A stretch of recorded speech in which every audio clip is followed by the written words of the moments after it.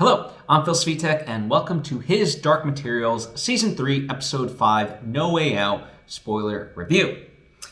Now, just by that little quick description, you can tell that I'm going to be talking about the series, and I'm going to be talking about in depth. So I'm going to assume that you have seen this latest episode, and I'm going to get pretty much right into it. Now, I will call a second spoiler relatively midway through, give or take, where I will then also talk about my knowledge of the books, right? Certainly the TV show has some differences and things like that. And if it's not really like a spoiler for future stuff, I'll talk about certain comparisons. But I will also kind of then speculate on what's to come for the book lovers. But don't worry, I will denote that as such. Anyway, that is the business end of things. So let's jump right into it. I love this episode. I thought it was very emotional. I don't know, just this season has overall worked well for me. And, you know, I'm just a big fan of the books, and so it's working really well, right? And in particular, in this episode, I'm really excited how we start off with Mary and how they managed to develop that so economically, if you will, right?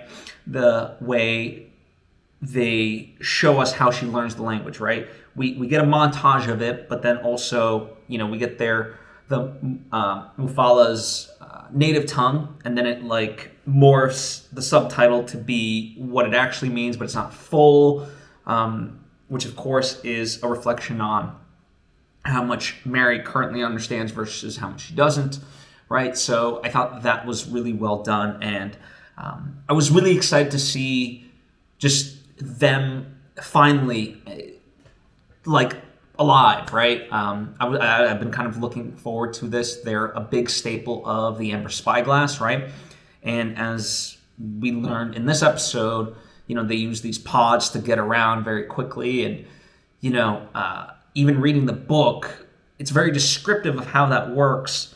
And yet, in your mind's eye, it's like, what? You know what I mean? And so to see it realized in this way and so beautiful, I thought, wow, you know, like they just captured this tremendously, right? And Mary's been overall sidelined for, you know, this whole season, basically. You know, we got little bits here and there of how she got to this world, but we really haven't spent that much time with her. And finally, you know, her in this sort of serpent role, if you will, we're kind of getting what she's doing. Now, we of course don't know what like her role to play will be in all of this necessarily, but you know, as kind of noted in this episode, you know, Atla tells Mary, like, this is why you came. You know, so you could see dust, right? And the way Mary constructs the Amber Spyglass, that's what this is, right? So the name of the book, the third book of this trilogy is called the Amber Spyglass, and each book is titled after a tool, right? So the golden compass being the lithiometer, the subtle knife being, you know, I forget the actual name of the knife, but Will's knife, and then the Amber Spyglass, which, you know, as we learned today, you can see dust with, right? And just a very simple sort of thing. It's just a lens, right? As soon as like she kind of sees, she's like, I need a lens. And then she collects all the things from the river and is able to do this. And she's finally coming to this realization of, you know, dust is escaping. And because of that, these creatures, you know, the trees are dying, and because the trees are dying, they are dying, and that's not good, right?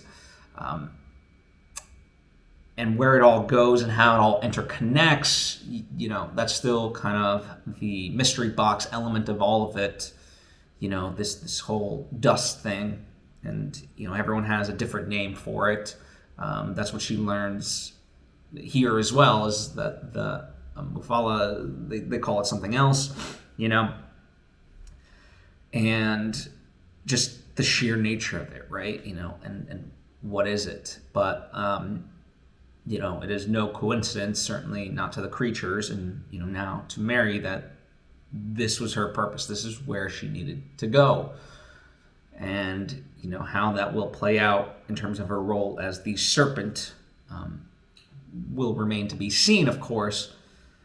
But, yeah, I just think she's amazing as an actress. I really buy her in the role of Mary. And this sort of enlightenment, if you will, to it all. It's not, again, necessarily like enlightenment in the true sense, but this idea that, we think we know something, and, once we break that barrier, we're irrecoverably changed, and that's what Mary is, just through this apparatus of the amber spyglass. She can now see the dust, and she sees the world in a whole new way, and the Mufala, they were waiting for her to be able to see it as them, right? And I don't know, I think about that in our own lives in general, just the history of mankind, where we knew so little, and then, we discovered like things that seemed impossible became possible, and then it was like second nature and so forth, right? And just the new intuitions isn't the right word, but just advancements of what we thought we knew, and how little we actually did, right? I love that aspect of it. So, I'm excited to finally have had substantive, time with Mary and this whole plot line. So excited to see how it all kind of connects. The other plot line is with Mrs. Coulter, right, and the Magisterium. And this one's interesting because it obviously relates to Lyra's plight. It's like the ticking time bomb, quite literally, because, one of the aspects we don't know is, can Lyra die even though she's in the land of the dead? Well, they don't know that she's in the land of the dead, but they have a piece of her hair and, can track her wherever she is and boom, just cause a bomb, kill her. That's the goal, right? Eliminate temptation in the name of the authority. But it's interesting to see sort of the various factions splitting within even the Magisterium, right? You have Father President, and then you have Father Gomez. You have the other woman who helped Mrs. Coulter create the machine itself that severs humans with their demons.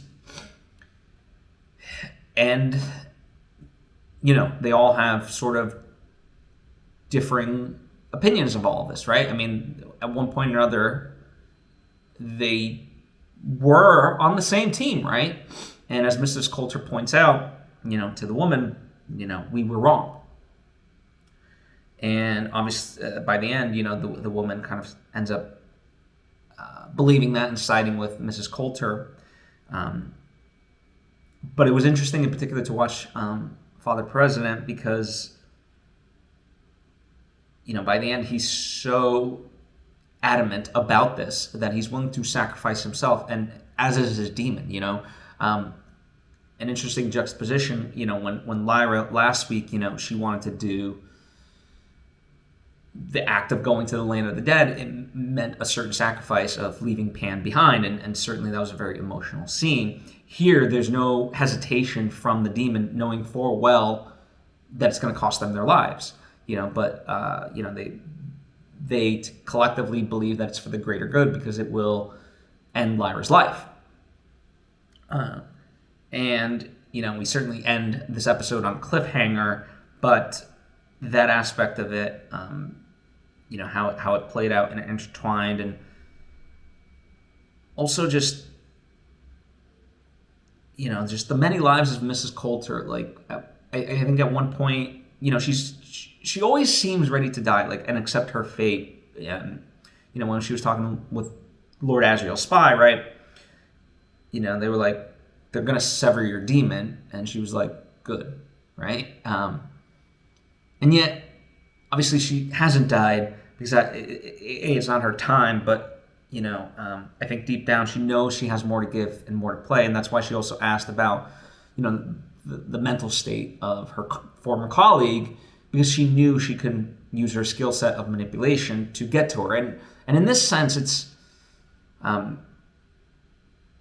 whereas, let's say, in the past it might have been classified as manipulation. Here, I think it's, if anything, an honest side of Mrs. Coulter, which is obviously so few and rare. But yeah, I think, her admitting that I was wrong, we were wrong, and how honest it was, I think that's what really broke through to the woman, and made her essentially sacrifice herself to prevent the death of Lyra. So I thought that was really powerful, and by the way, a lot of this stuff is not in the books, right? I think this is all like created for the show, but I really like it. I think it strengthens Mrs. Coulter, and this is the end of Father President. So how the Magisterium as an entity carries on, we shall see. The fascinating aspect of this is that the angel that was essentially tortured by Lord Asriel previously, now, as essentially was requested, delivers the message to Metatron, right? And this is what Lord Asriel wanted. He wanted the authority to know of his presence and his threat level, right? And due to that, the Magisterium has essentially been operating on blind faith, right?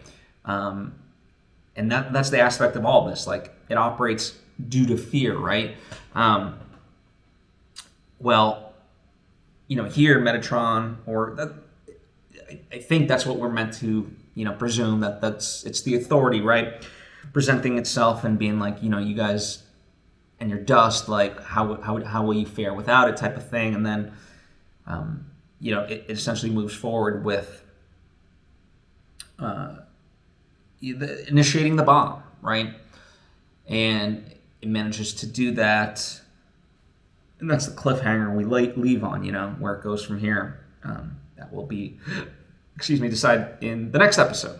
But of course, there's a whole very emotional plot with Lyra. We're in the land of the dead, and as I kind of pointed out last episode, this is not your typical view of the afterlife, right? I mean, certainly from a religious perspective, you're promised this heaven, and you imagine it to be beautiful. This is quite literally the opposite of that, and Lyra, makes note of that, and just the decay of everything, right, is ever present.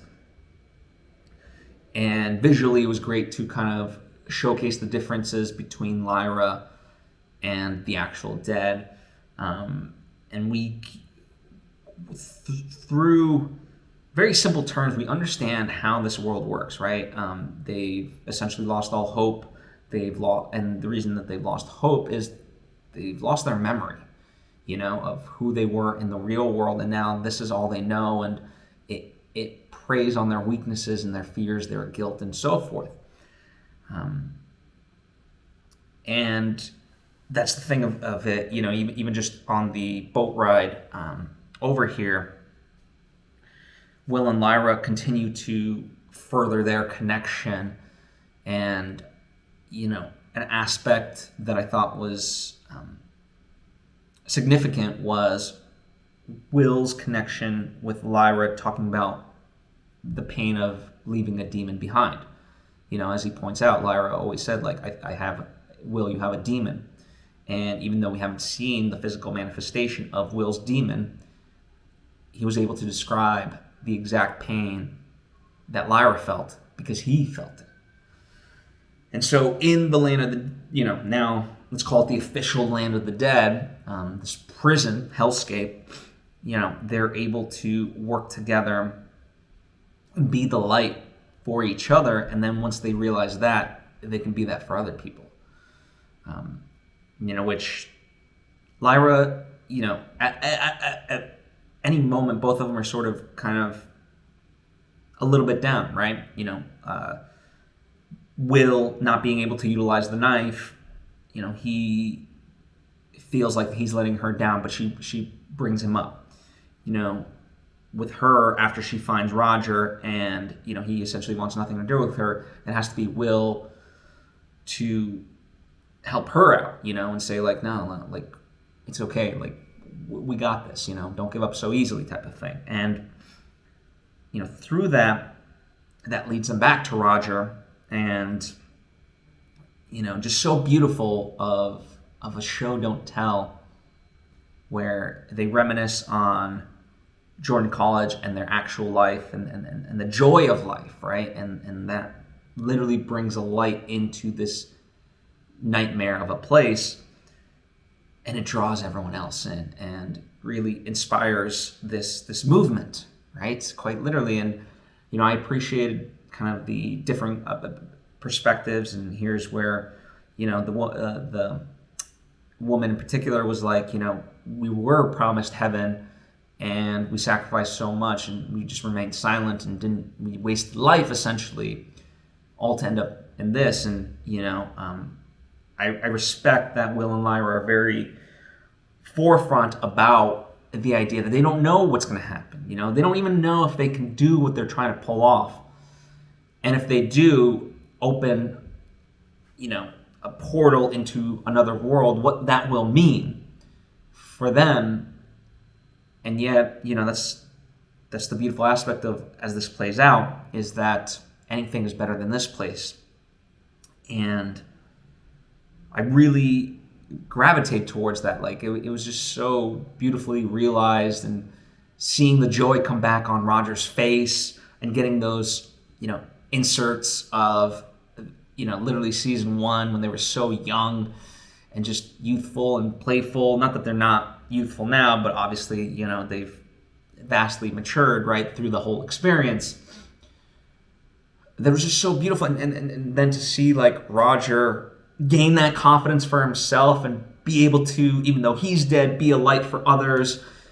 And then Lee Scoresby comes, and that's just such a beautiful moment. And, now we're on a mission. He's like, okay, you guys go ahead, and he's like, I'll round up everybody else. And now there's just a sense of purpose to it all. And we get, with the Harpies, right? We get a lay of quite literally the land, because, as they deduce, as long as we hold our, using the words of Peter Pan, happy thoughts in mind, then the Harpies will stay away, right? So that to me was just glorious. It was absolutely phenomenal, and I appreciated every aspect of it. And yet, we go through this and we just end on this like giant cliffhanger, because from this storyline, it's so triumphant. As I said, Lee Scoresby's helping. We know he's there. Roger's back to his sort of same vibrant self. Lyra and Will, they're working in tandem, and everyone's on board. And then there's this bomb. So what happens? We'll find out, right? So this is where I will call a second spoiler. This is where I will talk about the book and where things are headed. So if you are not prepared for that, don't want to know, tune out, right? But of course, please comment your thoughts down below or hit me up on social media at Phil Svitek. Would love to hear from you, right? I truly would. Anyway, as far as what's next, that's the interesting part. Overall, I know that Lyra and will survive, right? I mean, that much has to remain true. Unless they vastly change it from the books. But as far as the bomb aspect, I don't remember that. From the book, overall, it's playing out fairly well as far as this aspect of it, right? Like, it's a 1-to-1 sort of ratio. It's as it's in the book, here it is. We get we get to reunite Lee Scoresby. In the book later on, Will does reunite with his father, so that's something I'm looking forward to.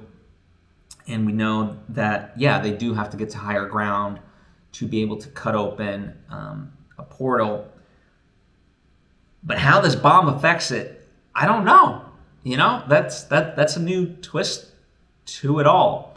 So I think, I think the Magisterium in general is, throwing some wrinkles into just the storyline of it, but in a good way. I like it. And, now certainly Metatron is galvanized against Lord Asriel, and we knew that, in the books there is that final showdown, essentially. And so I'm looking forward to that and, how that's elevated through the complications that are being presented, right, and brought to the forefront.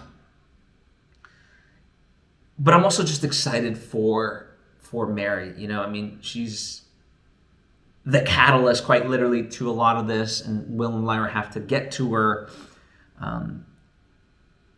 There's just so much. We've got 3 episodes left, and there's a lot left on the table. We're more than halfway there, but so much, like this is what we've been building to. So we're going to be getting the final battle. We should be getting to the point where we save the people from the land of the, and that's, I'm very curious how they enact that, because obviously it's going to be a bittersweet moment in the sense that their souls will be freed from this prison, but they will be gone, sort of a thing. So it'll be interesting to see how they realize that visually. And just the final sort of how it all comes together. Now, unlike in the book, I do think there's going to be a final battle. In the book, it's like there's the final battle, and then Will and Lyra get to marry, and then they kind of solve the unanswered parts. And I don't think it'll play out like that in terms of the show, just because I think you need a more climactic action ending versus a cerebral one. I think obviously that'll be tied into it, but it'll sort of all be parallel action as opposed to one to the other to the other. But I'm excited overall. Let me know what you think, and what you're looking forward to based on your knowledge of the books and all that. So thank you for joining me. I appreciate you. I hope to see you for the next and final few episodes. Bye.